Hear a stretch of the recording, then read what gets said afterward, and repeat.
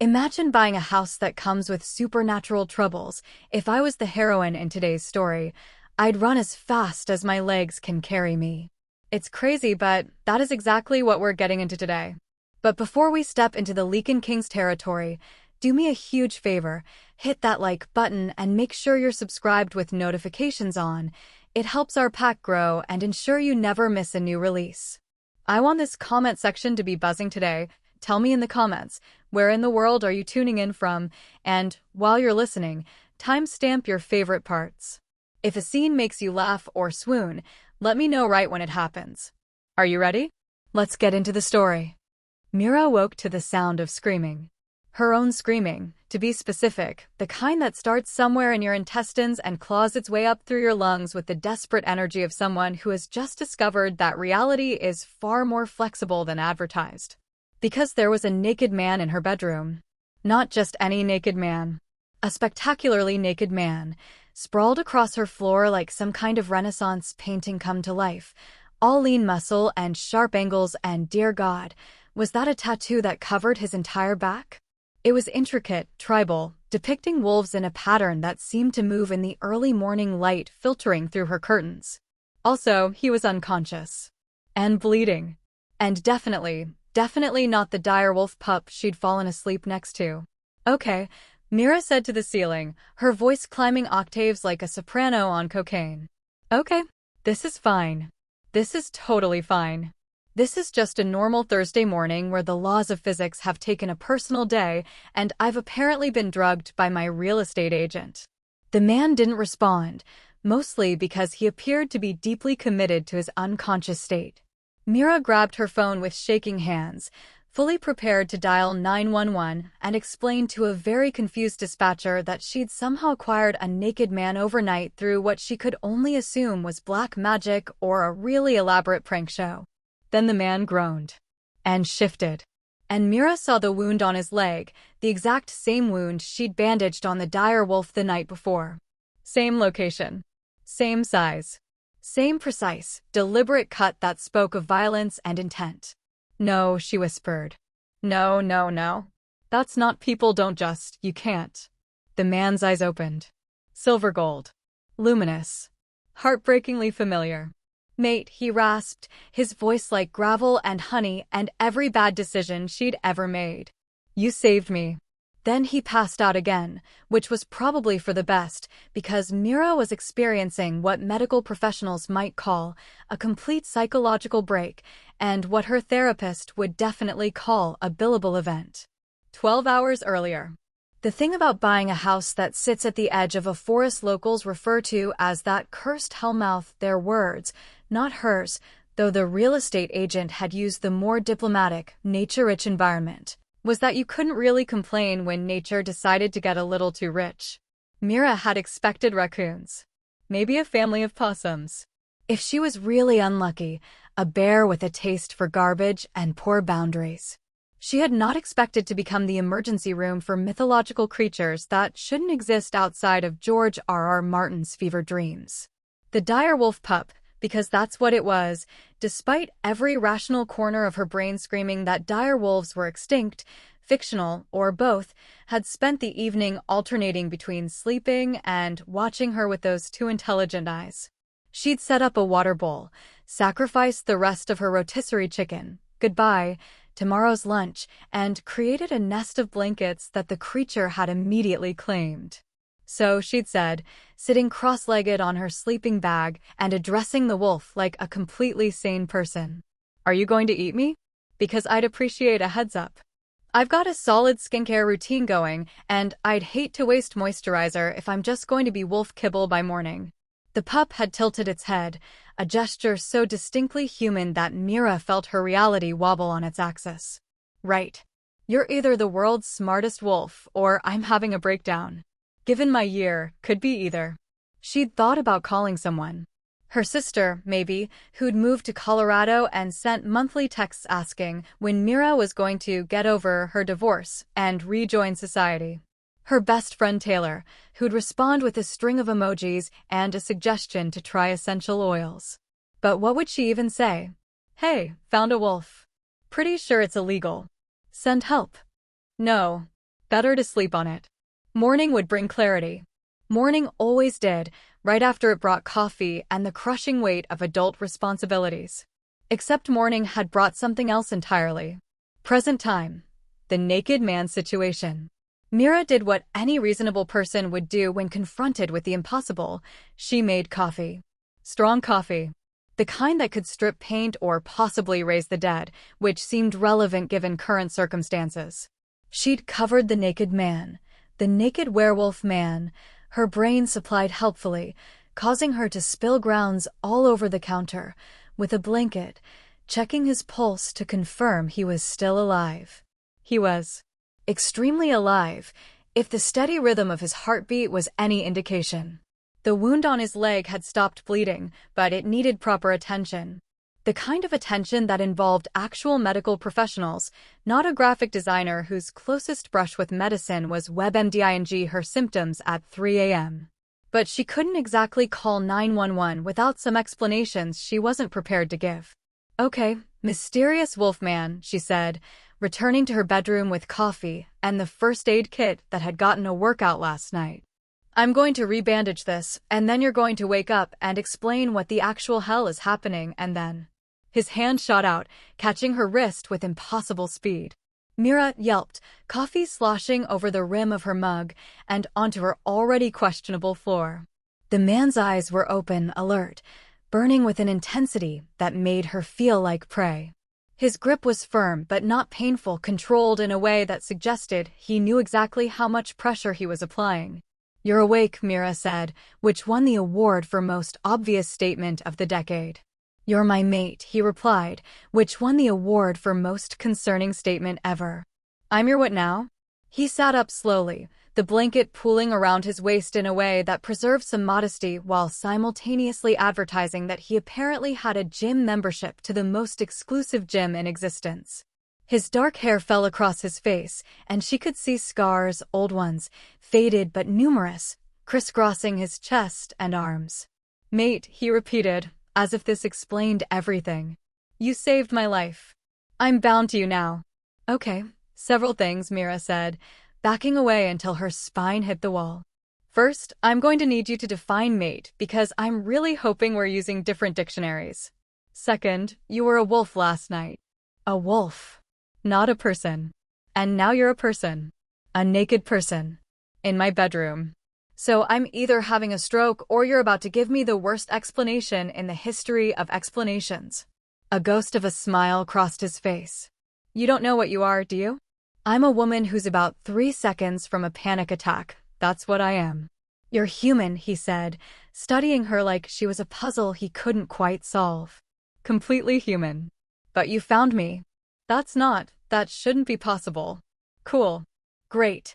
Love that we're on the same page about the impossibility of all this." Mira set down her coffee before she dropped it. "Who are you? And please tell me you have pants somewhere." He looked down, seeming to notice his state of undress for the first time. A flush crept up his neck, embarrassment, which was somehow more unsettling than anything else. Monsters weren't supposed to blush. "I'm Kale," he said finally. "Son of Roderick, the Alpha King of the Northern Pax. And someone is trying to kill me." "Of course they are," Mira muttered. "Because why would this situation be simple? Why would I rescue a normal wolf who's just a wolf and not a prince of the werewolf mafia? We prefer pack hierarchy. Who's being hunted by assassins or whatever. This is fine. This is totally fine." Kale tried to stand, made it approximately 3 inches off the ground, and immediately collapsed back down with a pained grunt. The wound on his leg had reopened, blood seeping through the bandage. "Stop moving, you idiot," Mira snapped, her panic temporarily overridden by the same instinct that had made her rescue 17 stray cats and 1 very dramatic possum. She grabbed the first aid kit and knelt beside him, unwrapping the bandage with more confidence than she felt. "You shouldn't help me," Kale said quietly. "If they find out you're harboring me."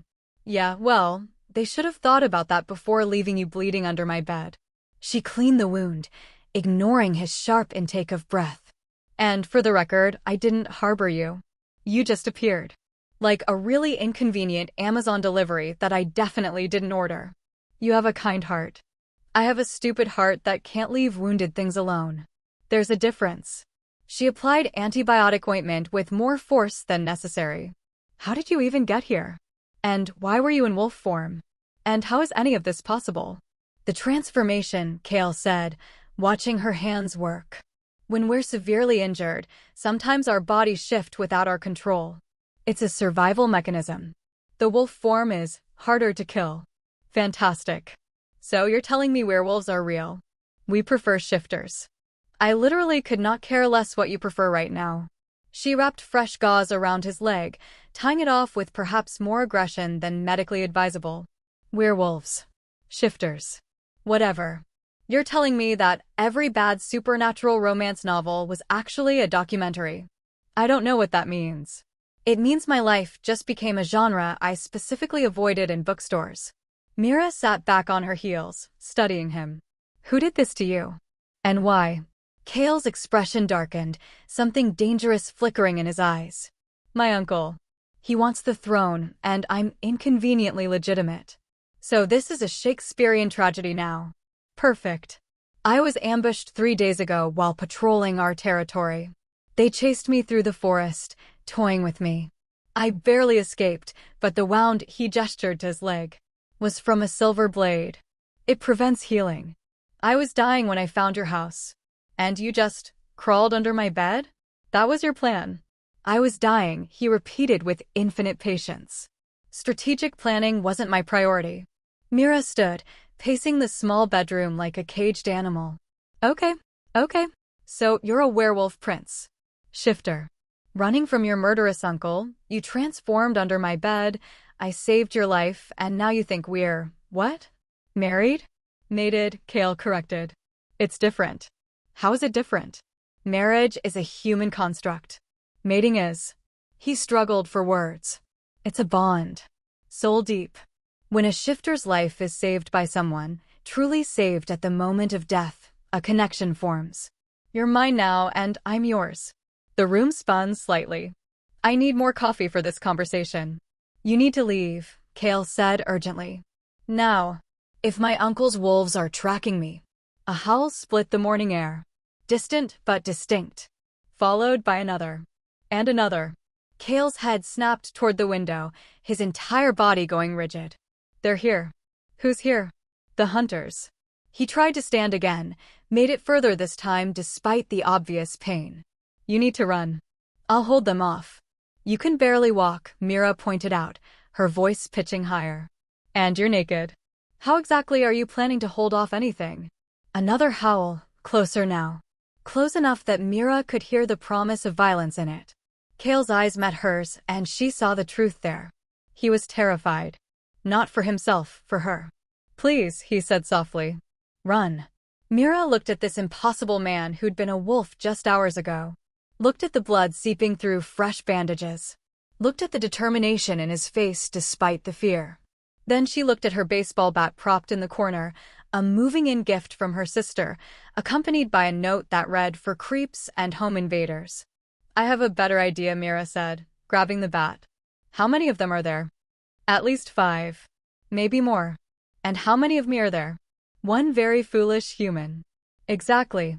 She moved to the window, peering out at the forest that suddenly seemed far more menacing. One foolish human in her own house, protecting what's hers. I'm not yours. You said we're mated. Soul bonded. Mine and yours. She turned to face him, that held like a sword. So if they want you, they go through me. House rules. Kale stared at her like she'd grown a second head. You're insane. Yeah, Mira agreed. But I'm your insane now. Apparently. The howls grew closer, converging on the house. And despite the terror thrumming through her veins, despite the absolute impossibility of everything, Mira planted her feet and gripped her bat tighter. She'd survived a divorce, a cross-country move, and Mrs. Patterson's 2 a.m. conspiracy theories. She could survive werewolves. Probably. Chapter 2. Home Defense for Supernatural Dummies. The first wolf crashed through Myra's kitchen window at exactly 8:47 a.m., which was particularly offensive because she hadn't even finished her first cup of coffee. Glass exploded inward in a shower of glittering shards, followed by approximately 200 pounds of snarling, murderous canine that definitely violated her homeowner's insurance policy. The wolf was massive, easily twice the size of any natural wolf, with fur the color of dried blood and eyes that glowed with an intelligence that made Myra's skin crawl. "Nope," Mira announced to the universe at large, and swung her bat with the desperation of someone whose fight-or-flight response had apparently chosen fight, with the enthusiasm of a drunk person choosing karaoke. The bat connected with the wolf's shoulder with a satisfying crack that she felt all the way up her arms. The creature yelped, actually yelped, and stumbled sideways into her unpacked boxes of kitchen supplies. "That's right," Mira shouted, adrenaline flooding her system and apparently shutting down the part of her brain responsible for self-preservation. "I paid good money for that window. And those are my dishes. Behind you." Kale's voice cracked like a whip. Mira spun just in time to see a second wolf lunging through the doorway, its jaws open wide enough to showcase every tooth nature had seen fit to give it. Time seemed to slow, that cliché moment where you see your life flash before your eyes, except instead of her life, Mira saw her student loans and thought, wow, what a waste of money college was. Then Kale was there. Still naked, because why would anything about this situation be normal? Still injured, but moving with a speed and grace that shouldn't be possible for someone who could barely stand 5 minutes ago. He intercepted the wolf mid-leap, his body changing as he moved, bones cracking, muscles rippling, for sprouting like time-lapse photography. By the time he collided with the attacking wolf, Kale wasn't human anymore. He was a direwolf again, but bigger this time, massive and midnight black, with those same silver-gold eyes that held far too much intelligence. He slammed into the red wolf with the force of a small car, and the two creatures went tumbling through her living room in a tangle of fangs and fury. "My coffee table!" Mira shrieked, watching her IKEA furniture die a heroic death. "I just put that together." A third wolf barreled through the front door, which Mira hadn't remembered leaving unlocked, but apparently had, because her morning was just going great. This one was gray and scarred, with a chunk missing from its ear and the eyes of something that had seen too many fights and enjoyed them all. It zeroed in on Mira with the focus of a heat-seeking missile. "Okay," Mira said, backing toward the kitchen and gripping her bat like it was Excalibur, and she was the world's least qualified Arthur. "Okay, we can talk about this. I'm sure there's a reasonable explanation for why you're destroying my house. Maybe we start with names? I'm Mira. That's Kale, he's having a day. And you are." The wolf snarled, which Mira interpreted as not interested in introductions. Right. Not a talking wolf. That would be too convenient. It lunged. Mira did what any reasonable person would do. She threw her coffee mug at it. The mug, a gift from her mother that read, "World's okayest daughter," sailed through the air with the accuracy of someone who'd played exactly one season of softball in middle school and quit because the uniforms were uncomfortable. It smashed directly into the wolf's face with a ceramic crunch that was deeply satisfying. The wolf stumbled, clearly not expecting aerial kitchenware. Mira didn't waste the opening. She swung her bat with every ounce of strength she had, aiming for the wolf's head and connecting with its shoulder instead because her depth perception had apparently taken a vacation along with her common sense. But it was enough. The wolf yelped and retreated, shaking its head like it was trying to dislodge the lingering taste of cheap coffee and existential crisis. "That's right." Mira brandished her bat like a berserker who'd discovered Red Bull. "This is my house. I signed papers. I paid closing costs. You don't get to just show up and break my things." In the living room, Kale and the red wolf were engaged in what could only be described as aggressive interior decorating. Furniture was being redistributed through the power of violence, her curtains had become casualties of war, and there was definitely blood on her walls that was going to be a pain to clean.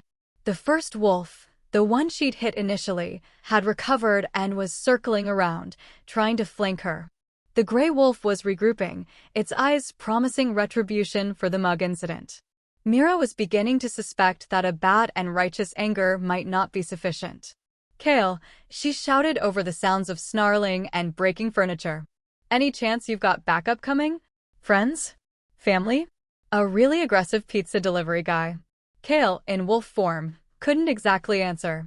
But he managed to pin the red wolf against what remained of her entertainment center, his jaws closing around its throat in a hold that was clearly a warning, release or die. The red wolf went still. Then the window behind Mira exploded. Not from another wolf. This was different. This was a man, dropping through the shattered frame with the casual confidence of someone who broke into houses before breakfast. He was tall, broad-shouldered, with silver hair that shouldn't exist on someone who looked barely 40, and eyes that matched Kale's exactly. "Well," the man said, his voice smooth as poisoned honey. "Isn't this domestic?" The wolves immediately stopped attacking. The red wolf under Kale's jaws went limp in submission. The gray wolf and the ones still shaking off mug-induced trauma backed away, their heads low. Mira kept her bat raised, because she'd already committed to the aggressive homeowner, fit, and she was nothing if not consistent. "Let me guess," she said. "The evil uncle?" The man smiled, and it was like watching a shark discover humor. "Alaric. And you must be the human who's been harboring my nephew." Harboring makes it sound like a choice. He just appeared. Like a really inconvenient stray. Charming. Alaric took a step forward, and every instinct Mira had screamed at her to run. He radiated danger the way normal people radiated body heat. "Kale, shift back. Let's discuss this like civilized creatures." Kale growled, a sound that vibrated through the floor. Now, Alaric added, and his voice carried a weight that made Myra's teeth ache. Slowly, reluctantly, Kale released the red wolf and backed away. His form shimmered, bones cracking and reforming, until he was human again, still naked, still bleeding, but standing between Mira and Alaric like a shield. "Uncle," Kale said, his voice rough. "You really shouldn't have come here." "Shouldn't I?" Alaric's eyes drifted to Mira, and she felt dissected. "This is the human who saved you? How unexpected." "She's under my protection." "Is she?" Alaric tilted his head. "Or are you under hers? You're wounded, barely able to stand, facing 5 of my best hunters. Tell me, nephew, what exactly are you protecting her with?" "Spite," Mira supplied. "And this bat. And I've got a really comprehensive homeowner's insurance policy that probably covers werewolf attacks if I word the claim correctly." Alaric laughed, a sound like breaking glass. "I like her. She's funny." He looked at Kale. "Tell you what, I'll make this simple. Come with me quietly, accept your fate with dignity, and I'll let the human live. She can file her insurance claim, repair her windows, and forget any of this happened." "And if he doesn't?" Mira asked, even though she knew the answer. "Then I kill you both, burn this house to the ground, and tell my brother that his son died in a tragic accident." Alaric examined his nails. "It's not personal. It's just succession planning." Kale's hands clenched at his sides. "You won't touch her." "I won't have to. She's human, Kale. Fragile. Mortal. One of my hunters could tear her apart before you took 2 steps. You know this." It was the certainty in his voice that did it, that absolute confidence that Mira was irrelevant, disposable, not even worth considering as a threat. She'd heard that tone before. From her ex-husband, when he'd explained why her career didn't matter as much as his. From her former boss, when he'd passed her over for promotion again. From every man who'd looked at her and seen something small and easy to dismiss. Mira had spent 28 years being underestimated. She was so fucking tired of it. "Here's a counteroffer," she said, stepping forward despite Kale's sharp intake of breath.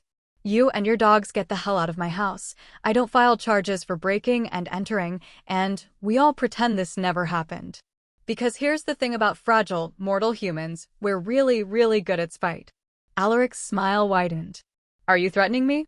"I'm telling you that I've survived a divorce, a cross-country move, and 8 years of soul-crushing corporate design work. You think a few overgrown dogs scare me? They should. Lots of things should scare me. I should be scared of cholesterol and climate change and dying alone with only my bookshelves for company. But you know what I'm not scared of?" Mira took another step forward, bat still raised. "Bullies." Because that's what you are, right? Just another bully with a crown, terrorizing people because you can. For the first time, Alaric's smile faltered. So here's what's going to happen, Mira continued, her voice steady despite the adrenaline making her hands shake. You're going to leave. You're going to tell whoever's in charge that Kale is under my protection. Mate protection, Kale interjected quietly. Mate protection, apparently, which sounds fake, but I'm rolling with it. And if you or any of your wolves come back, I'm going to make your life so legally complicated that you'll wish you'd stuck to murder. Alaric stared at her. Then at Kale. Then back at her. You're serious, he said, sounding genuinely surprised. As a heart attack. Which you're going to give me if you don't get out of my house in the next 30 seconds. The silence stretched, brittle and dangerous.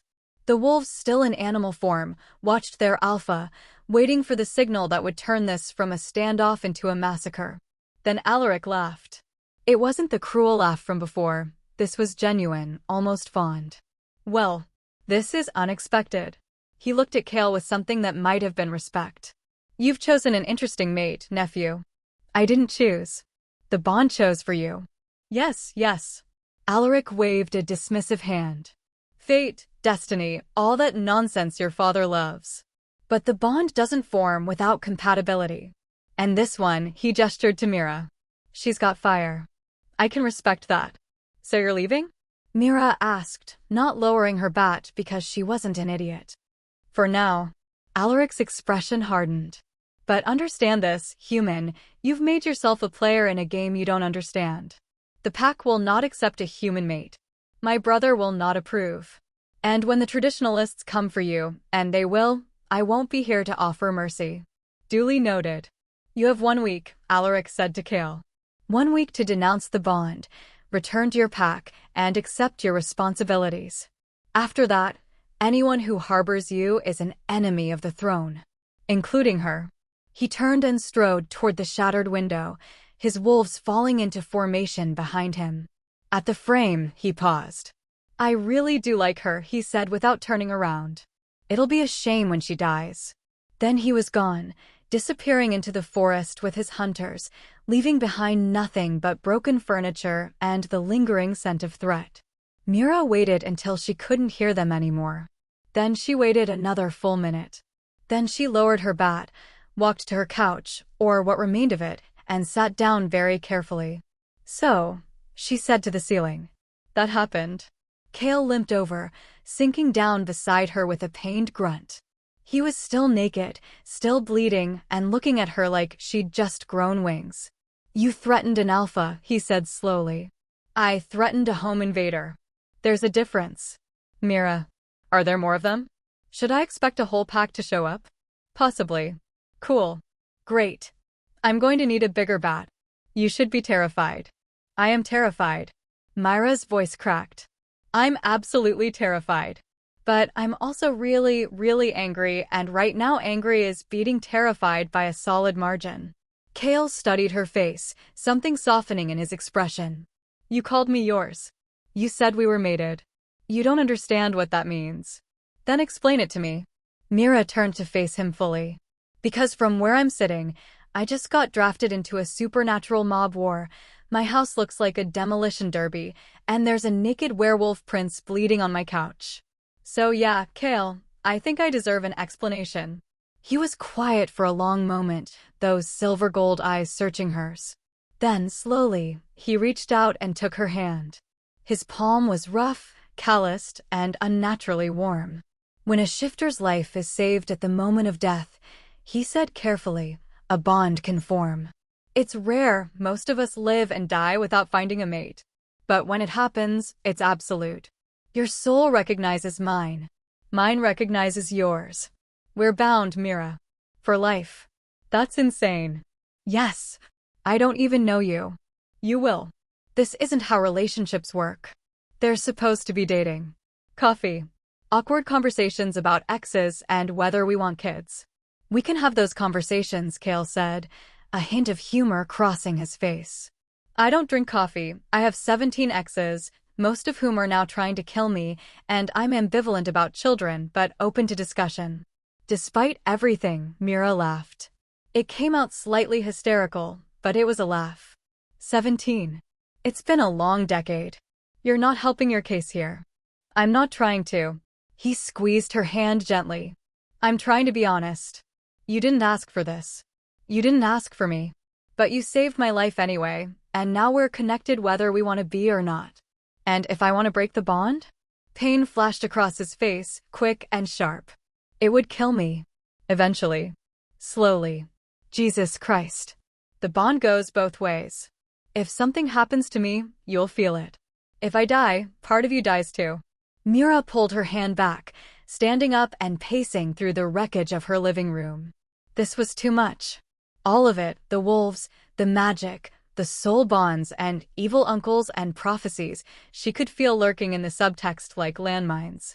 She'd moved here to escape complications. I need time, she said finally. Time to process all of this. Time to figure out what the hell I'm going to do.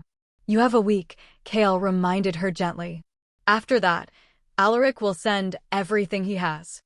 Then we'd better make it count. She turned to face him, squaring her shoulders. First things first, you need real medical attention. Second, you need clothes. Third, I need to call someone about these windows. And fourth, she gestured at the disaster that was her house. We're going to figure out how to survive this. Together. Because apparently, that's what mates do. Kale stood, moving to her side despite the obvious pain. He was tall, she had to tilt her head back to meet his eyes. Thank you, he said softly. Don't thank me yet. I have no idea what I'm doing. Neither do I.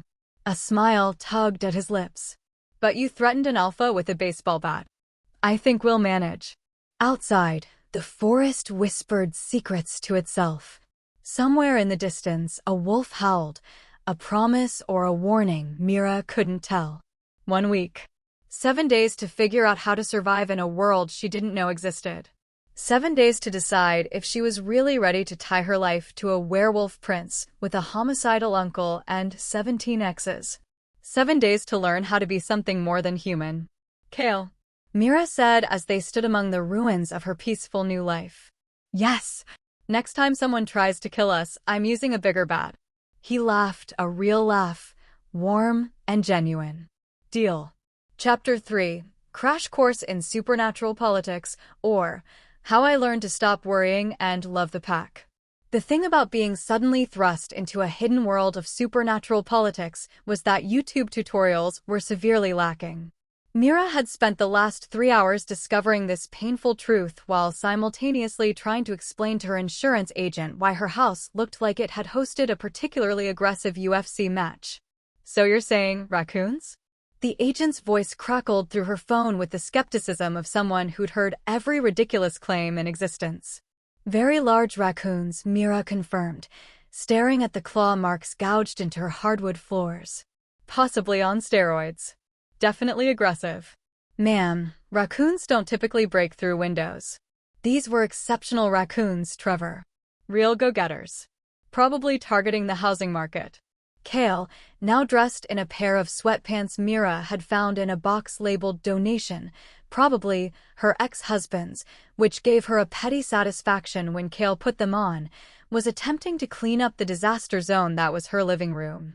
He moved carefully, still healing from his injuries, but with a grace that suggested violence was muscle memory. I'll need to send an adjuster, Trevor said with the weariness of someone whose day had also gone sideways. Great. Wonderful. How soon can? A knock at the door interrupted her. Mira and Kale froze, eyes meeting across the wreckage.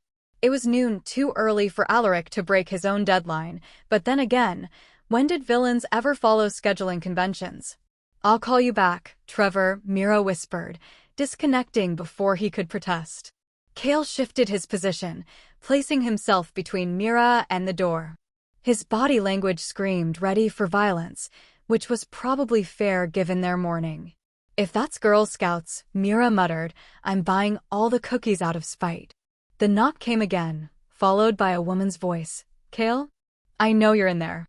Your scent is everywhere, along with blood and what smells like, is that IKEA furniture.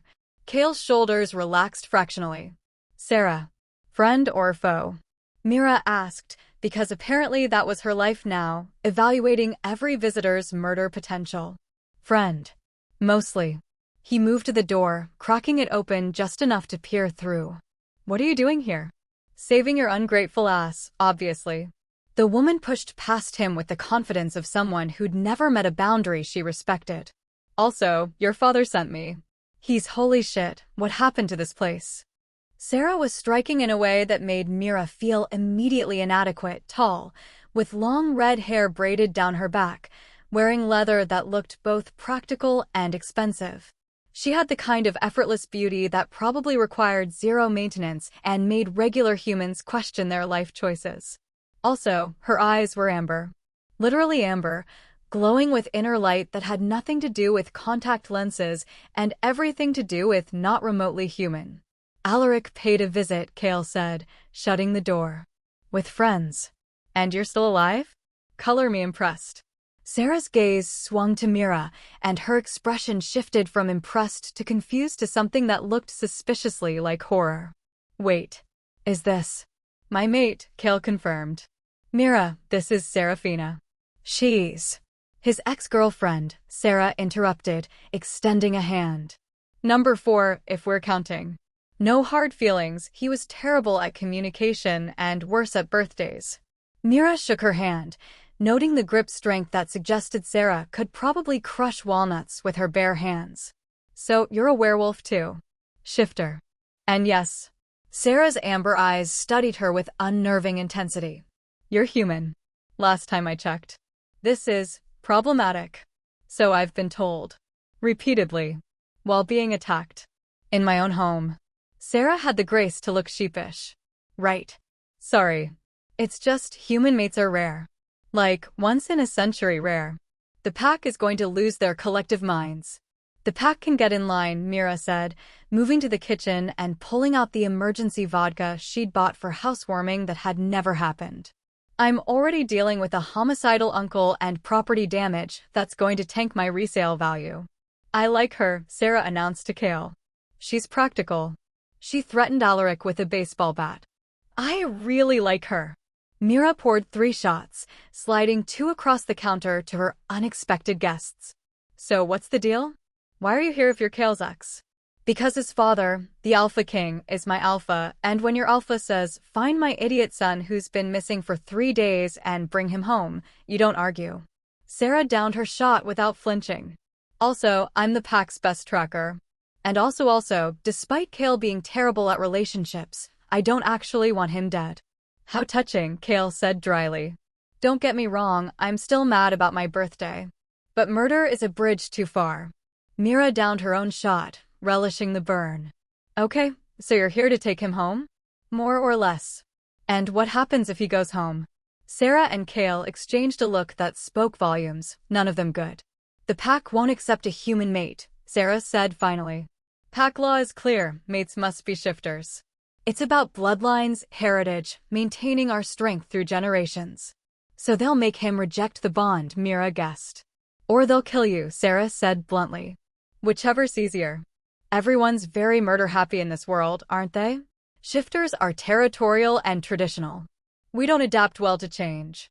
Sarah poured another shot. And you, unfortunately, represent a lot of change. Kale had been quiet during this exchange, his expression growing darker with each word. Now he moved closer to Mira, that protective instinct radiating off him like heat. I'm not rejecting the bond, he said firmly. Then you're choosing her over your pack, Sarah replied. Over your father. Over your birthright. Are you ready for that? Yes. The certainty in his voice made Mira's chest tight. She barely knew this man, this werewolf, this impossible creature who'd appeared in her life less than 24 hours ago. And yet he was ready to give up everything for a bond neither of them had chosen. That's insane, Mira said. Yes, Kale agreed. I'm not worth that. The bond disagrees. The bond is a manipulative magical parasite that decided to ruin both our lives. Also yes. He smiled, soft and sad. But it's not the bond making me choose you. It's me. Sarah made a gagging sound. God, you're both idiots. Perfect for each other. She pulled out her phone, frowning at the screen. Okay, here's the situation. Alaric has convinced half the pack that you're dead already. He's positioning himself as the grieving uncle, ready to step up in your absence. Of course he is, Kale muttered. Your father doesn't believe it, but he's weak right now. Sick. Some kind of poison in his system that the healers can't identify. Sarah's expression hardened. Alaric's moving fast, Kale. Within a month, maybe 2, he'll have enough support to challenge for the throne. How do we stop him? Mira asked, because apparently she was invested now. Prove Kale's alive. Expose Alaric's treachery. Convince the pack to accept a human mate. Sarah ticked off points on her fingers. You know, simple stuff. You're very sarcastic for someone who's supposed to be helping. Sarcasm is a defense mechanism. I'm internally screaming. Mira liked her. Can we call the pack? Mira asked. Set up a meeting? I've sat through enough corporate presentations, I can pitch myself as a viable mate option. PowerPoint and everything. Both Sarah and Kale stared at her. What? Mira said defensively. I'm good at presentations. I once convinced a board of directors to approve a rebrand that included Comic Sans. I can sell anything. You want to present yourself to a council of shifters, Sarah said slowly, who will literally smell your fear, hear your heartbeat, and could tear you apart if they decide you're not worthy. When you put it that way, it sounds bad. IT is bad. But it's the only option, right? Mira looked between them. Unless you have a better plan? Silence. Which was answer enough. Then we go with my plan. Mira poured another shot for courage. When can we set up this meeting? The full moon, Kale said quietly. 3 days from now. It's when the pack gathers, all of them, from every territory. If we're going to make a case, that's when. 3 days. Mira did mental math. That's before Alaric's deadline. Which means he'll be there, Sarah added. Along with his supporters. And everyone who thinks humans are a corruption of pure shifter bloodlines. So hostile audience. Got it. Mira grabbed a notepad from the counter, already planning. What are the main objections they'll have? Sarah blinked. You're actually serious about this. I'm serious about not dying. And Kale's serious about not rejecting the bond. So unless someone has a time machine or a magic debonding spell, we work with what we have. You're very practical for someone who just learned about shifters this morning. I've had a weird day, Mira said. I'm adapting. Over the next hour, Sarah laid out the complicated, absurd, and occasionally horrifying reality of shifter society. There were packs scattered across North America, each with their own territory and traditions. The Alpha King, Kale's father, Roderick, ruled them all, maintaining a fragile peace between factions that had been warring for centuries. Bloodlines were sacred. Mates were chosen by fate but had to be approved by the pack. Humans were considered weak, unsuitable, and frankly inconvenient. But there have been human mates before? Mira pressed. You said once in a century. 3 documented cases in the last 500 years, Sarah confirmed. All ended badly. How badly? One was killed by her mate's pack. One killed herself when her mate rejected the bond. The last one survived, but was ostracized, basically imprisoned for her own protection until she died of old age. Jesus. We're not known for progressive thinking, Sarah said apologetically. Tradition is everything. Change is death. Except I'm the change now, Mira said. And I'm not dying. So tradition is going to have to adapt. Kale had been listening quietly, his expression unreadable. Now he moved closer, sitting beside Mira at the counter. You don't have to do this, he said softly. I can reject the bond. It will kill me eventually, but it would be slow. Years. You'd be free. And you'd be dead. Better me than you. Mira turned to face him fully, studying this impossible man who'd crashed into her life. His silver-gold eyes held centuries of pack history, violence, and tradition. But they also held something softer, hope maybe. Or just desperate exhaustion. Here's the thing, Mira said. I moved here to start over. Clean slate. No complications. And then you literally appeared under my bed, bleeding and dying, and I could have called animal control. Could have let you die. But I didn't. Because you're kind. Because I'm stubborn.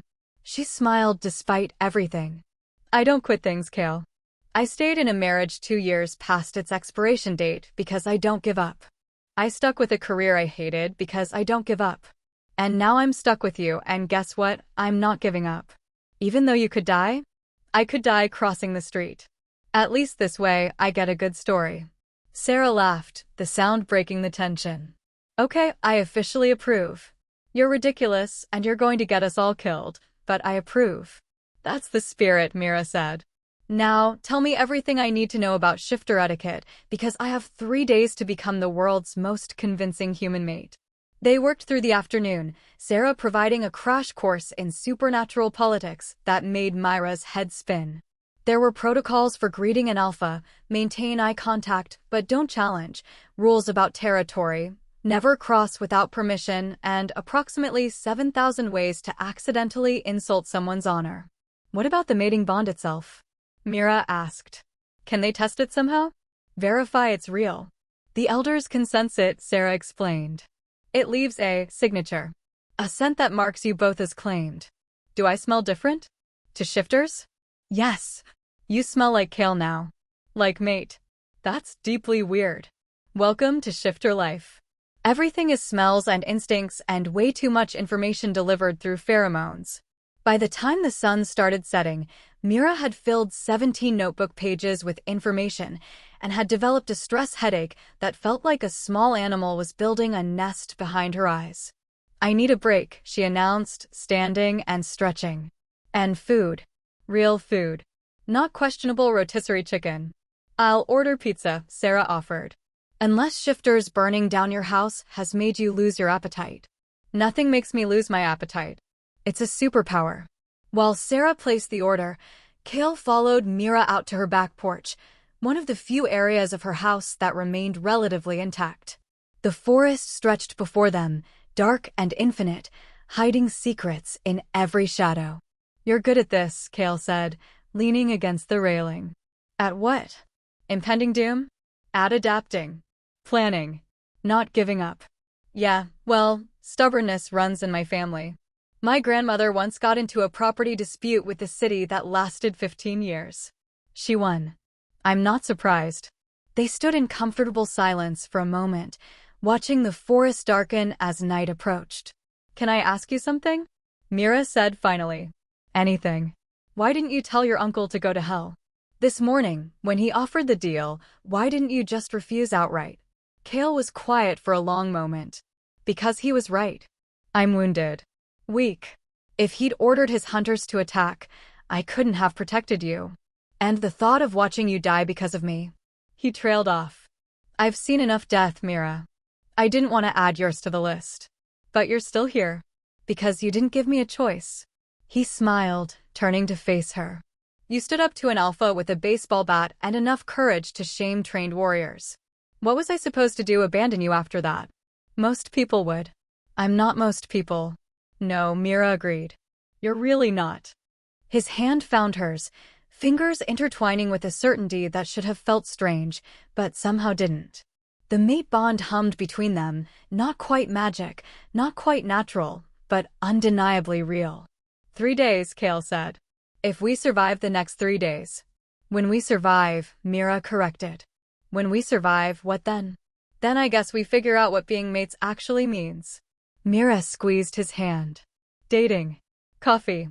Awkward conversations about exes, though we've kind of already had that one. I really am sorry about the 17 exes thing. As long as none of them try to kill me, we're good. I can't promise that. Of course you can't. Mira laughed, the sound carrying across the darkening forest. Because my life is a supernatural soap opera now. Inside, Sarah called out that pizza had arrived. But for just a moment longer, they stood together on the porch, hand in hand, watching the forest and preparing for a battle neither of them was sure they'd survive. 3 days. 72 hours to convince an entire pack that tradition could change. 72 hours to expose a traitor and save a kingdom. 72 hours to figure out if a human and a shifter could actually make this work. Hey, Kale. Mira said as they turned to go inside. Yes. For the record, if we die doing this, I'm haunting you forever. He laughed, warm and genuine. I wouldn't expect anything less. Chapter 4, The Full Moon Gambit, or PowerPoint presentation gone very wrong. The Northern Pack's gathering grounds looked like a Renaissance fair designed by someone with a severe wolf obsession and unlimited access to timber. Massive log structures circled a central clearing that could fit several football fields, with torches blazing despite the modern world's invention of electricity. Pack members milled about in various states of human and wolf form because apparently casual partial transformations were totally normal dinner party behavior. "So this is werewolf Coachella," Mira muttered, gripping her laptop bag like a life preserver. "Please don't call it that," Sarah hissed, steering her through the crowd with Kale flanking her other side. "And definitely don't say werewolf. They're sensitive about terminology." "Right. Sorry. Shifter Coachella. You're going to get us killed before we even reach the alpha." The plan, such as it was, involved Mira presenting her case to the Pack Council during the full moon gathering, when all major decisions were made and grievances were heard. It was technically within Pack law for a mate to appeal directly to the council, though that law had been written approximately 3 centuries ago when the idea of a human mate was pure fantasy. Mira had spent the last 3 days preparing a presentation that would make her marketing professors weep with pride. She had slides. She had statistics. She had a well-researched argument for why genetic diversity would strengthen the pack rather than weaken it. What she didn't have was any guarantee that they wouldn't just tear her throat out instead of listening. "There's my father," Kale said, gesturing toward the largest structure, a literal throne room made of logs and audacity. Alpha King Roderick looked exactly like what you'd expect of someone called Alpha King, massive, intimidating, with silver hair and eyes that could strip paint. He sat on a throne that was definitely overcompensating for something, surrounded by advisors who looked like they'd been personally cast for a serious men being serious calendar. He also looked sick. Even from a distance, Mira could see the pallor of his skin, the way he leaned heavily on the armrest. Whatever poison Alaric had used was working. "He knows we're coming?" Mira asked. Sarah sent word. "He's not happy. But he's agreed to hear you." Not happy is dad speak for disappointed, which is worse than angry. "You have father issues?" "Who doesn't?" They approached the throne dais. Whatever the hell you called the elevated platform where the alpha brooded, and Mira felt several hundred pairs of eyes turn to track their movement. The crowd had gone quiet, that predatory stillness that suggested everyone was 3 seconds from violence. "Kale," Roderick's voice boomed across the gathering ground. "You're alive." "Disappointed?" Kale called back, a hint of humor in his tone. "Furious. You've been missing for 3 days. Your uncle has been." He stopped, gaze sliding to Mira. "Is this her?" "This is Mira. My mate." The crowd erupted. Not in cheers and snarls, growls, and what Mira could only describe as aggressive disagreement noises. Several shifters partially transformed, their faces elongating into snouts, teeth bared in clear threat. "Silence," Roderick commanded, and the gathering went still with the kind of obedience that suggested his authority was absolute. His eyes studied Mira with an intensity that made her feel like a specimen under a microscope. "You're human." "Last time I checked," Mira confirmed, proud that her voice didn't shake. "And you claim to be mated to my son." "The bond claims it. I'm just along for the ride." A ripple of laughter from somewhere in the crowd quickly stifled. Roderick leaned forward, his gaze sharpening. "You understand what you're asking? By coming here, by claiming this bond, you're challenging centuries of tradition." "I understand that tradition can evolve or it can die," Mira said. "And from what I've seen, your pack needs evolution more than extinction." More snarls from the crowd. Someone shouted something that was probably not complimentary. But Roderick held up a hand, and silence fell again. "You have courage, human." "Foolish courage, but courage nonetheless." He gestured to the council members flanking his throne. "Very well. Present your case. But know this, if the council rejects your bond, you will leave these grounds immediately and never return." And Kale, his gaze hardened. "Will reject the mate bond or be exiled from the pack." "Understood," Mira said, even though her internal monologue was screaming. A space cleared in front of the throne. Someone provided a table, because apparently even supernatural councils respected the sanctity of presentation equipment. Mira set up her laptop with shaking hands, pulled up her PowerPoint, and prayed to every deity she could remember that technology wouldn't fail her now. "Okay," she said, her voice carrying across the suddenly silent gathering. "So, I know this is unusual.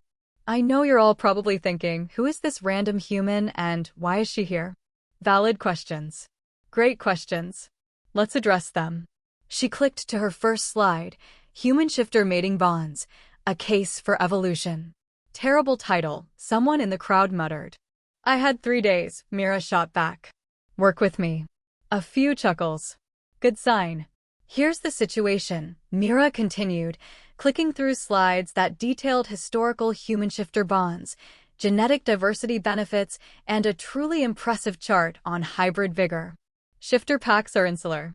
You breed within your own populations, which means, biology 101, you're limiting your genetic diversity. That leads to increased susceptibility to disease, reduced adaptability, and, frankly, a really boring family tree. "She's calling us inbred," someone hissed. "I'm calling you genetically isolated," Mira corrected. "There's a difference. Humans bring new genetic material, new immunities, new strengths. We adapt faster than any species on the planet. That's useful." She clicked to the next slide, case studies of the 3 previous human-shifter matings. "I know these ended badly," she acknowledged. "But not because of the humans. One was murdered by her pack, that's on you. One was ostracized to death, also on you. The third died of old age after a long life, which is actually a success story if you ignore the imprisoned for her own safety part." Roderick's lips twitched, not quite a smile, but close. "The point is," Mira continued, "the bonds formed. Fate chose them. And your pack rejected them out of fear, not reason. So here's what I'm proposing. You propose nothing human." The voice cut through her presentation like a knife through butter. Alaric stepped into the clearing, flanked by a dozen shifters who radiated menace.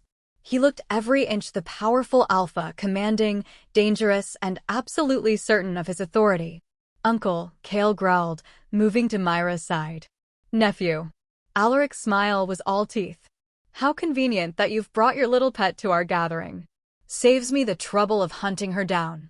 "She's my mate," Kale said firmly. "Recognized by the bond. A bond that violates every law we hold sacred."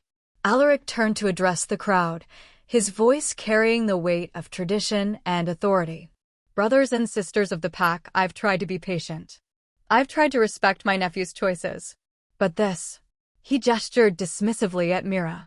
"This is an insult to our bloodline, to our heritage, to everything our ancestors fought to preserve." Murmurs of agreement rippled through the crowd. Myra's carefully constructed presentation suddenly felt very inadequate. "The bond formed because Kale was dying," Alaric continued. "In his weakened state, his wolf latched onto the first source of aid it found. It's not true mating, it's survival instinct. A mistake that can be corrected." "That's not how bonds work," Sarah interjected, stepping forward. "The elders have verified it's real." "The elders are old and sentimental," Alaric said dismissively. "They see what they want to see. But I see the truth, a human woman using our prince for protection and position. How much is Roderick paying you, girl? Or is it simply the thrill of playing with creatures beyond your understanding?" Myra's hands clenched. She'd faced down corporate executives, hostile clients, and one particularly aggressive wedding photographer. But this was different. This was someone questioning not just her competence, but her worth as a person. "I'm not playing anything," she said, her voice steady despite the rage simmering beneath. "I saved Kale's life because he was dying under my bed, and I'm apparently incapable of leaving wounded things alone. I didn't ask for the bond. I didn't ask to be dragged into supernatural politics. But I'm here now, and I'm not running just because you're throwing a temper tantrum." The crowd went silent. Even the wind seemed to hold its breath. Alaric's expression darkened. "You dare." "I dare a lot, actually," Mira interrupted. "I dared to threaten you in my own house. I dared to come here knowing you want me dead. And I dare to tell you, in front of your entire pack, that you're a coward hiding behind tradition because you're terrified of change." "Mira," Kale warned softly. But she was done. 3 days of studying shifter law, 3 days of preparation, 3 days of fear and stress, and pretending she wasn't absolutely terrified. It all came pouring out. You want to kill Kale for the throne, she continued, addressing Alaric directly. Everyone knows it. You're poisoning your brother, eliminating your nephew, and using tradition as an excuse for murder. But here's the thing about tradition, it only works when people believe in it. And right now, looking around at this pack, I see a lot of people who are starting to question. She turned to address the crowd, abandoning her PowerPoint entirely. I'm human, she said. Weak.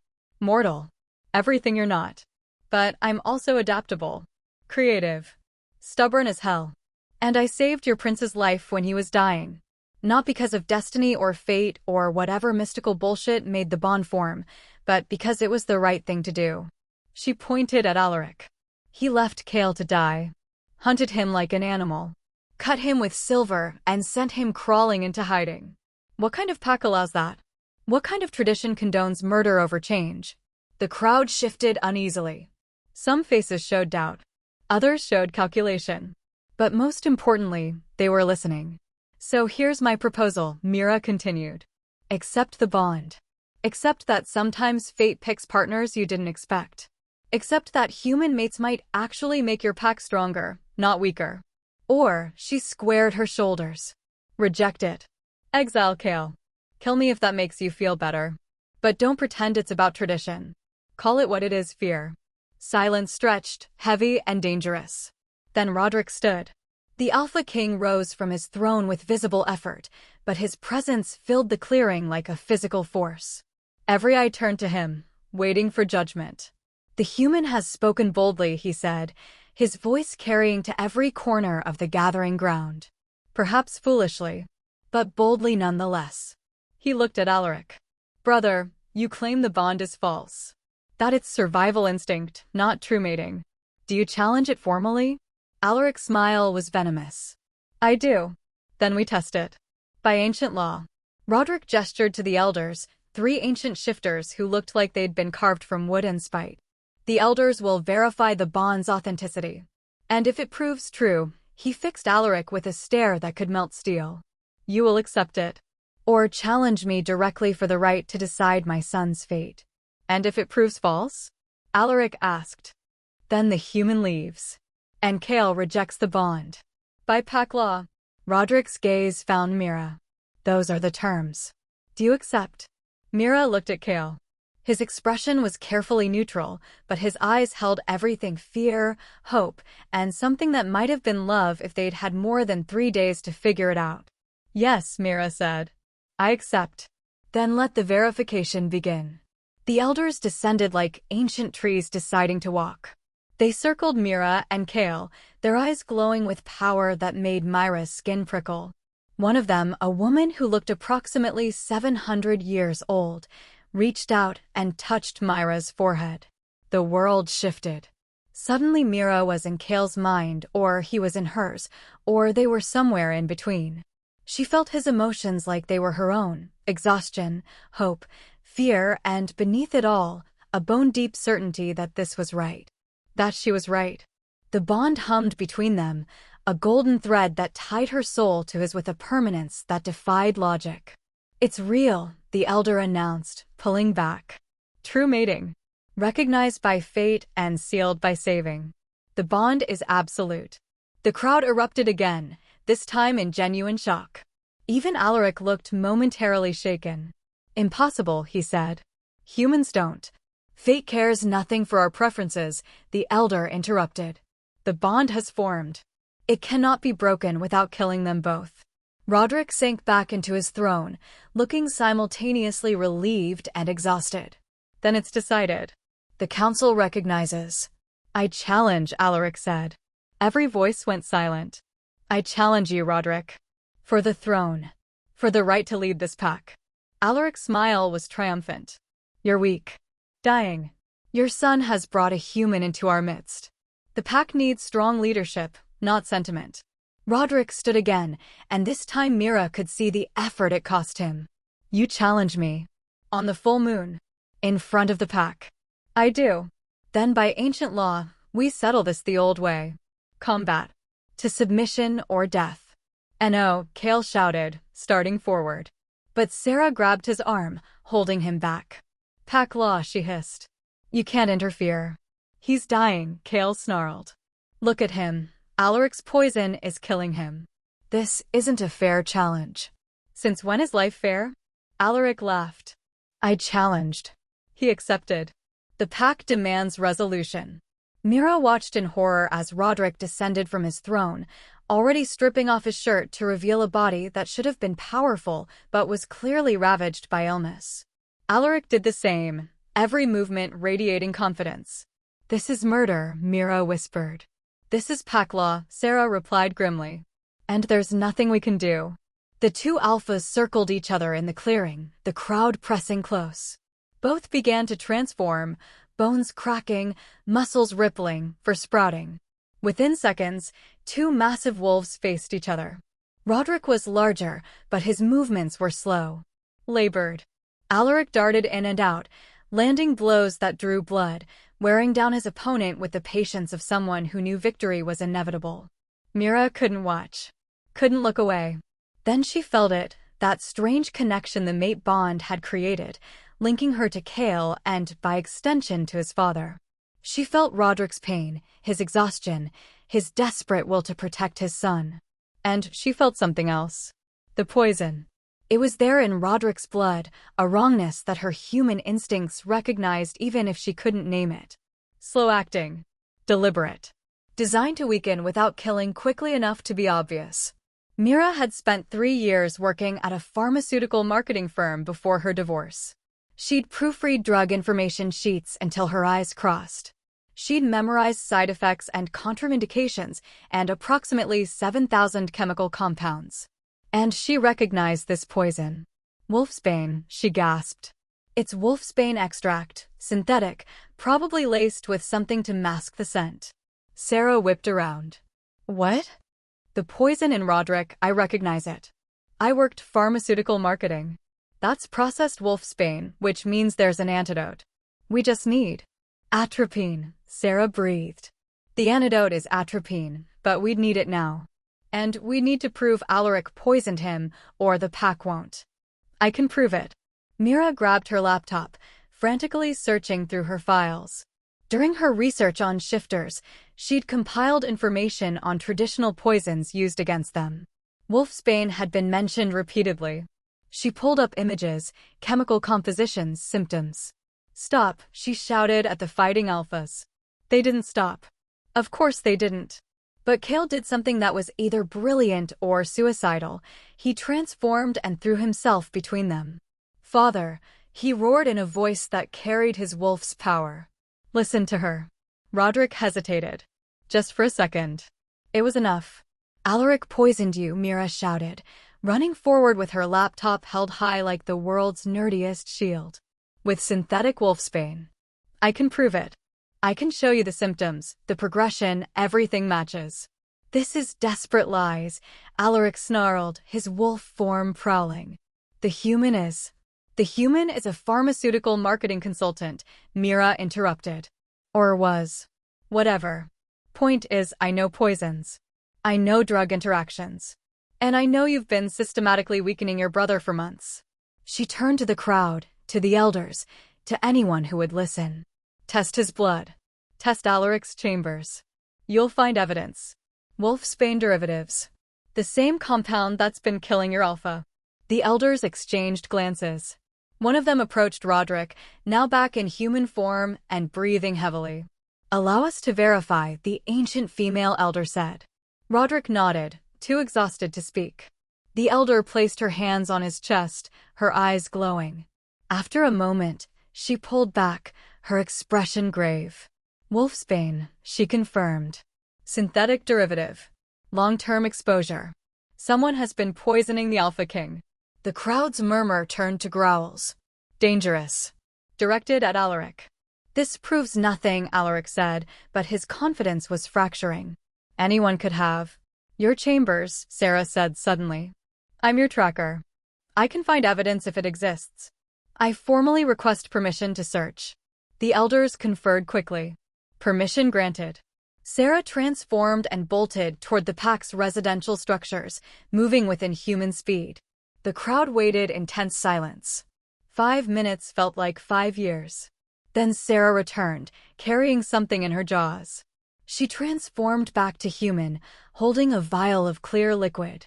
Found in his chambers, she said. Hidden in his wardrobe. Synthetic wolfsbane. Same composition as what's in the Alpha King's blood. The crowd erupted. Shifters snarled and shouted. Some lunged toward Alaric, who stood frozen, his carefully constructed plans crumbling around him. Treachery, someone roared. Exile. Death to the usurper. Roderick stood, and though he was weak and poisoned, his authority filled the clearing. Alaric, you have violated the most sacred trust. You attempted to murder your alpha. To steal your brother's throne through deception. I did what was necessary, Alaric said, but his voice lacked conviction. The pack needs strong leadership. The pack needs honorable leadership. Roderick's eyes blazed. By pack law, I strip you of rank. I exile you from the northern packs. You are no longer brother, no longer pack. You are nothing. 2 massive shifters grabbed Alaric before he could flee. He struggled, snarling, threatening. But it was over. The pack had witnessed his treachery. Had seen the evidence. And pack law was absolute. As guards dragged Alaric away, Roderick turned to Mira. He studied her for a long moment, this human woman who'd somehow proven his brother's guilt and saved his life with pharmaceutical marketing knowledge. You saved me, he said simply.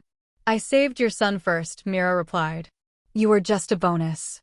A smile crossed his face, genuine this time. The bond is real. And you, he gestured to the crowd, are now under the protection of the northern packs. Any who harm you harm the Alpha King's family. The crowd went still. Then, slowly, one by one, the shifters bowed their heads in acknowledgement. Mira felt Kale's hand find hers, squeezing gently. We did it, he whispered. Yeah, Mira said, still slightly in shock. We really did. Later, after the initial chaos had settled, after Roderick had been given the antidote, which Sarah had helpfully sourced from the pack's medical supplies, after Alaric had been formally exiled and approximately 7,000 questions had been answered, Mira found herself sitting by a fire with Kale, Sarah, and several other shifters who'd decided she was acceptably crazy. So, one of them, a massive man named Garrett, said, You defeated a treasonous alpha with a PowerPoint presentation. And pharmaceutical knowledge, Mira added. Don't forget the pharmaceutical knowledge. That's going in the pack history, Sarah said, grinning. Future generations will sing songs about you. Please don't. Too late. I'm already composing verses. Kale pulled Mira closer, his arm around her shoulders. You were amazing, he said quietly. I was terrified. You were both. That's my secret, Mira said. I'm always terrified. I just do things anyway. Around them, the pack celebrated. The full moon rose overhead, bathing everything in silver light. Somewhere in the forest, wolves howled, not in threat, but in joy. Mira leaned into Kale's warmth, feeling the mate bond hum between them. It still felt strange, this magical connection to someone she barely knew. But it also felt right in a way that defied explanation. So, she said, what happens now? Now, Kale smiled. Now we figure out what being mates actually means. Dating. Coffee. Awkward conversations about our families. Your family is terrifying. Your family hasn't met me yet. I'm sure they're equally terrifying. Fair point. Mira watched the fire, comfortable despite everything. For the record, if we do this, if we actually try to make this work, I need you to know something. What? I'm really bad at romantic gestures. I forgot every anniversary with my ex. I'm terrible at gift giving. And I snore. I transform into a wolf during emotional stress. I have 17 exes. And I come with an entire supernatural kingdom's worth of baggage. So we're both disasters. Absolutely. Perfect. Mira tilted her head back to look at him. I wouldn't have it any other way. Kale kissed her then, soft and sweet and full of promise. The mate bond sang between them, golden and certain. Around them, The pack celebrated the full moon, the preservation of their king, and the unexpected human who'd changed everything. 3 days ago, Mira had been alone, exhausted, and looking for solitude. Now she was mated to a werewolf prince, adopted by a supernatural pack, and apparently legendary for defeating treason with Microsoft Office. Life was weird. But weird was starting to look pretty good. Chapter 5. Happily Ever After, subject to terms and conditions. 3 months after the full moon gathering, Mira had learned several important truths about living with a supernatural mate. Shifters shed everywhere. Her lint roller budget had increased by approximately 400%. Pack dinner meant feeding roughly 30 people who could each eat an entire cow. Her house's property value had definitely not improved since becoming the place where the Alpha Prince lives. Mate bonds, while magically binding, did not prevent arguments about whose turn it was to do dishes. She was currently learning truth number 5. Planning a mating ceremony was exactly as complicated as planning a wedding, except with more wolves and a higher chance of someone challenging someone else to ritual combat over seating arrangements. "I'm just saying," Mira argued, staring at the seating chart spread across her kitchen table. "Your cousin Marcus cannot sit next to my Aunt Linda. She's been drinking again, and he's apparently easily provoked by the scent of alcohol." Kale, lounging in the doorway with the casual grace of someone who'd never stressed about party planning in his life, smiled. "They're both adults. I'm sure they'll be fine.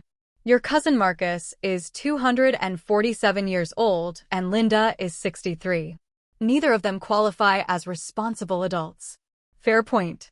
Sarah, who'd somehow become Myra's unofficial wedding planner / supernatural translator / voice of reason, snorted from her position at the stove. She was making enough pasta to feed a small army, or in this case, the advance guard of pack members arriving for tomorrow's ceremony. "Just put Marcus outside," Sarah suggested. "Let him patrol or whatever. He'll be happier anyway." "Can't. He's in the wedding party." "Mating ceremony party," Kale corrected. "We don't call them weddings. It's the same thing, but with more fur." It's really not. This had been their life for 3 months, a strange blend of human normalcy and supernatural chaos. Kale had moved into Myra's house officially, which meant her 3 acres of solitude had become territory that required regular patrols.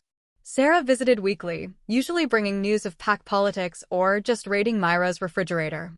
And Roderick, now fully recovered from the wolfsbane poisoning, had taken to calling every Sunday like a normal father checking in on his son. Except their conversations involved things like territorial disputes with the Eastern Pack and that rogue shifter situation in Montana instead of weather and sports. It was domestic and bizarre and somehow perfect. "Your mother called," Kale said, pulling out his phone. "She wants to know if she should bring the potato salad." Myra's head hit the table. "You gave my mother your number?" "She seemed nice. Very concerned about your happiness. She's going to interrogate you about grandchildren." "She already did. I told her we're waiting at least a year." Mira lifted her head. "You discussed children with my mother? Was I not supposed to?"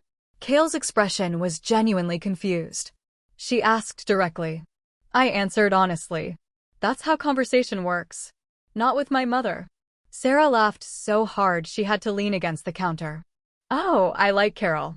She's terrifying in a very human way."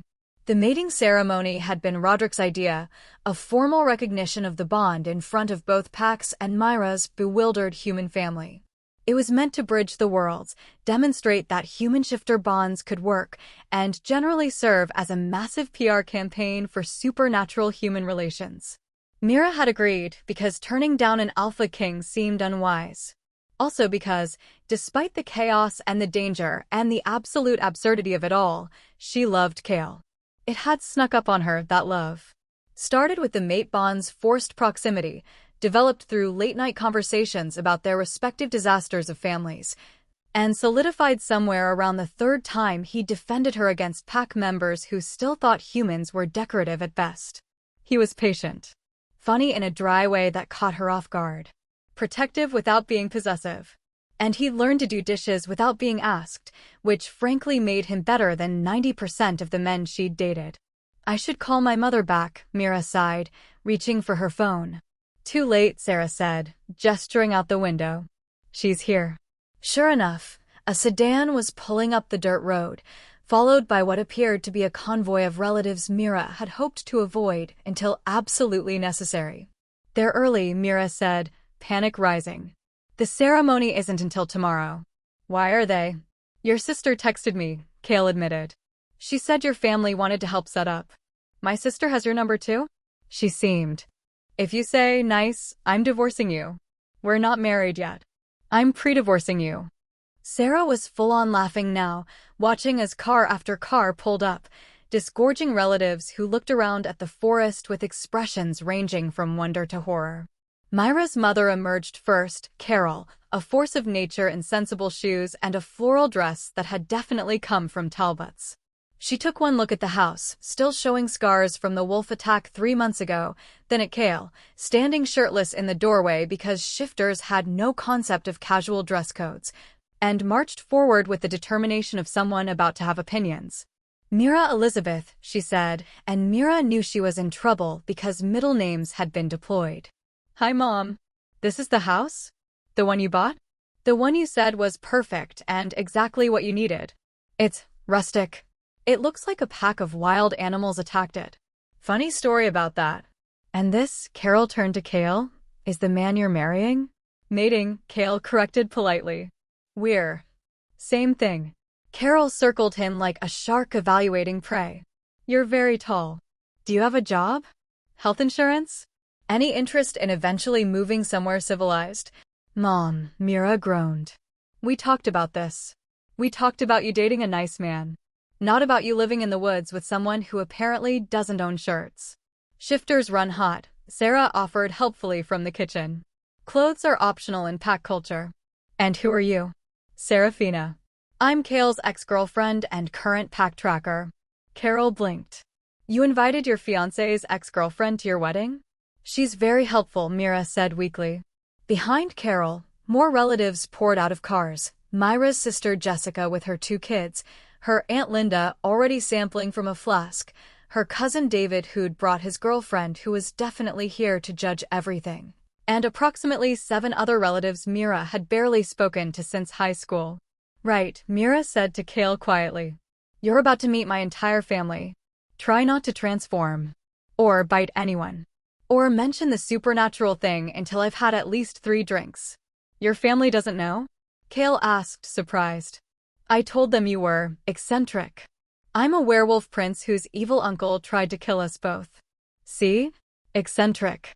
The next hour was a masterclass in awkward family introductions. Mira watched as her very normal, very human relatives tried to process Kale, who kept unconsciously displaying dominance behaviors that made everyone uncomfortable. Sarah, who answered every question with slightly too much honesty, and the steady stream of pack members arriving to help with preparations. So you're outdoorsman? Uncle Bob asked, watching 3 shifters unload firewood with casual displays of superhuman strength. We prefer nature enthusiasts, one of them replied. And you all live in the woods? Some of us. Others have condos. Condos, Bob repeated. Right.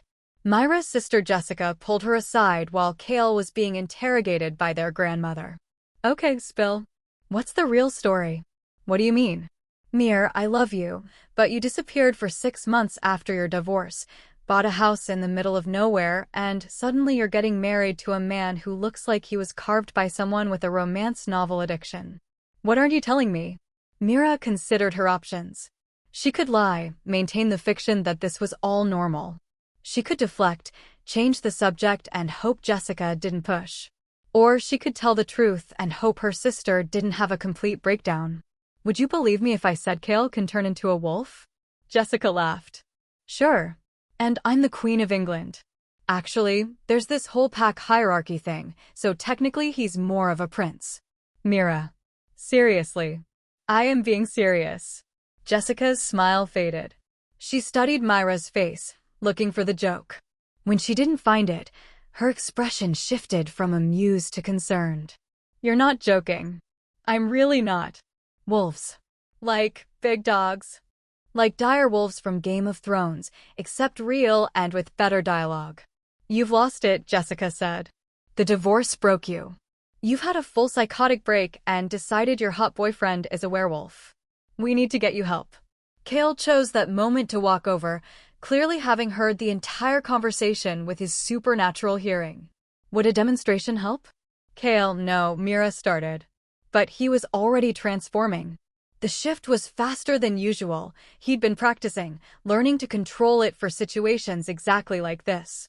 One moment he was a man, the next he was a massive black wolf with silver gold eyes, standing calmly in Myra's backyard while her sister made a sound like a tea kettle reaching maximum capacity. That's a wolf, Jessica shrieked. That's Cale, Mira corrected. That's a giant wolf. He prefers direwolf. Very sensitive about terminology. Several things happened at once. Jessica's kids started screaming with delight because apparently children have no sense of self-preservation. Aunt Linda dropped her flask and said, "I knew it," which suggested she'd been more sober than anyone realized.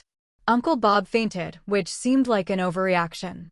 And Carol, Myra's mother, terror of PTA meetings and suburban homeowner associations, walked up to Cale's wolf form and said, "You'd better treat my daughter right, or I will find a way to hurt you."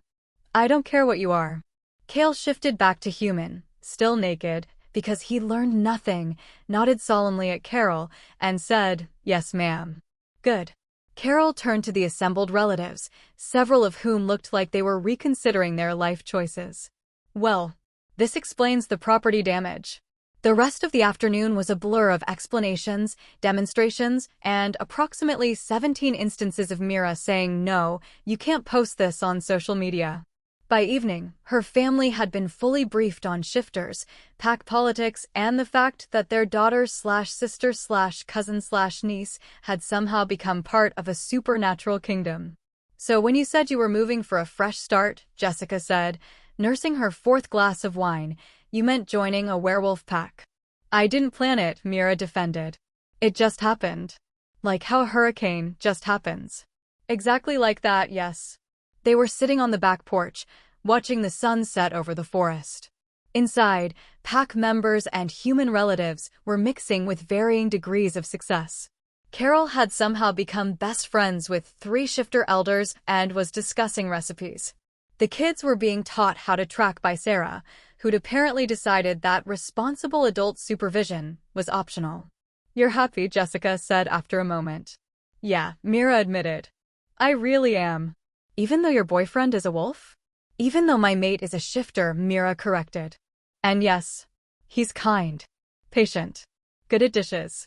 "The transformation thing is weird, but you get used to it." "I will never get used to it. Give it a week." Cale emerged from the house, now fully dressed. Carol had insisted, carrying 2 beers. He handed one to Jessica, who accepted it warily. "I know this is a lot," he said, sitting beside Mira. "Your sister has questions. I'm happy to answer them." "How many people have you killed?" Jessica asked immediately. "Jess," Mira gasped. "What?" "It's a valid question." Cale considered this. "In self-defense or in general?" "Oh my God. I'm kidding." He smiled. "Mostly. Pack law is complicated. But I've never killed someone who didn't attack first." "That's marginally reassuring." They sat in comfortable silence for a moment, watching the forest darken.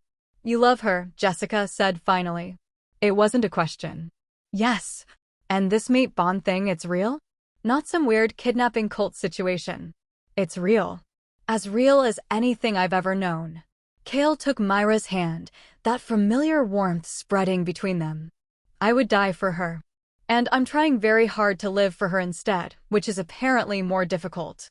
Jessica studied them both, then sighed. "Fine. You have my blessing. But if you hurt her, I will find a way to hurt you. I'm creative and motivated. Your mother said the same thing. She raised me right."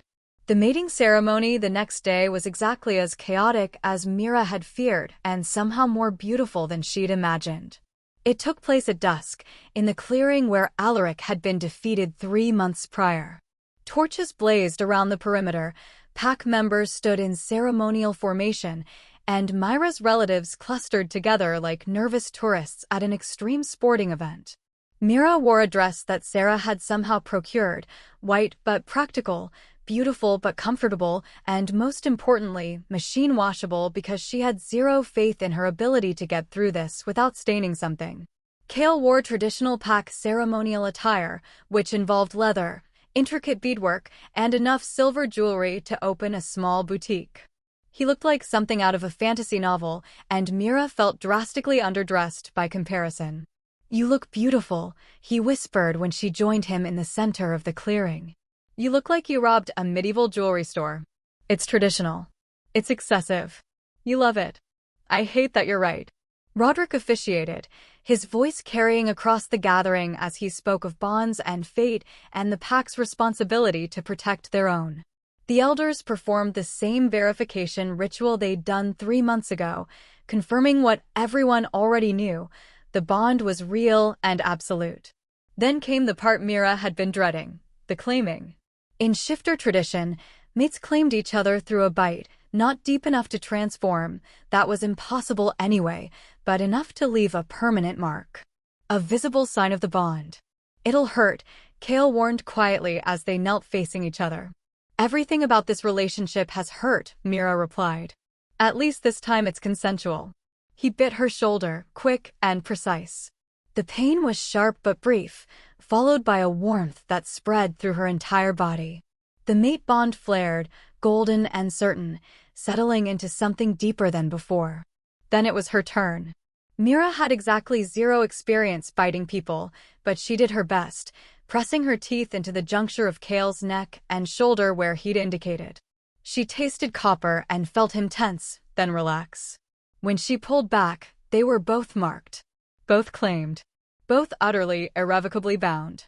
The pack howled in celebration, a sound that should have been terrifying, but was somehow joyful.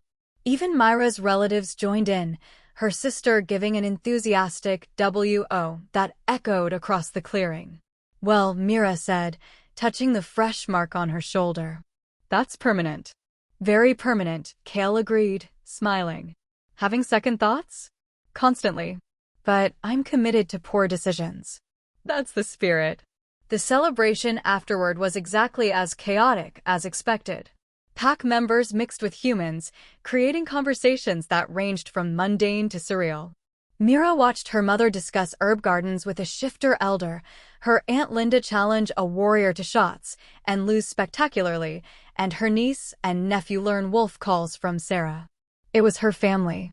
Both of them now human and shifter, biological and chosen, ordinary and impossible. "Happy?"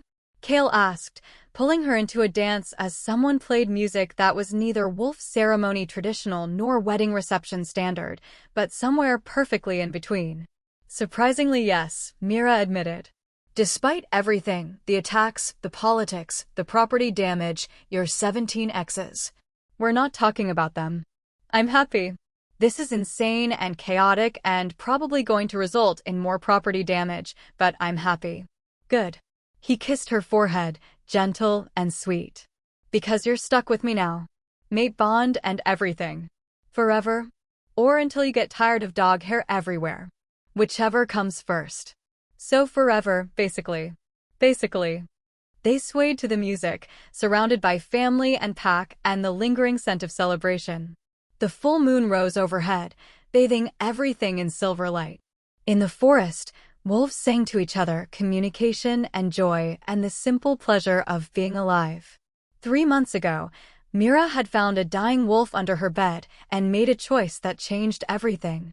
Now she was mated to a shifter prince, part of a supernatural pack, and somehow, impossibly, home. Life was weird. But weird was perfect. Epilogue, 6 months later. "I'm just saying," Mira argued while scrubbing what appeared to be mud, hopefully mud, out of her carpet. "When you said pack meeting, I assumed it would be at someone else's house."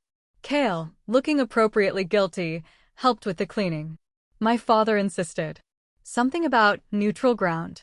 "Our house is not neutral ground. Our house is my house that I'm generously sharing with you and apparently the entire northern pack. I'll make it up to you. You said that after the last pack meeting. And the one before that. I mean it this time. You said that too." But she was smiling despite the mess, despite the chaos, despite the fact that her quiet countryside retreat had become Grand Central Station for supernatural politics. Because this was her life now. Mate to a shifter prince. Part-time pack diplomat. Full-time wrangler of supernatural chaos. And somehow, despite everything, it was perfect. Kale pulled her close, pressing a kiss to her mark, his mark, permanent and proud on her shoulder. "I love you," he said quietly. "I love you too," Mira replied. "Even though you've ruined my carpet. I'll buy you new carpet. You'd better. Preferably before your father arrives with his entourage." Outside, the sound of approaching vehicles signaled that her brief moment of peace was ending. Mira took a deep breath, squared her shoulders, and prepared to host another pack meeting. Because that's what mates did. They adapted. They survived. They learned to accept that life would never be simple again. And somehow, impossibly, they found happiness in the chaos. Even if it meant constantly replacing carpet. The end.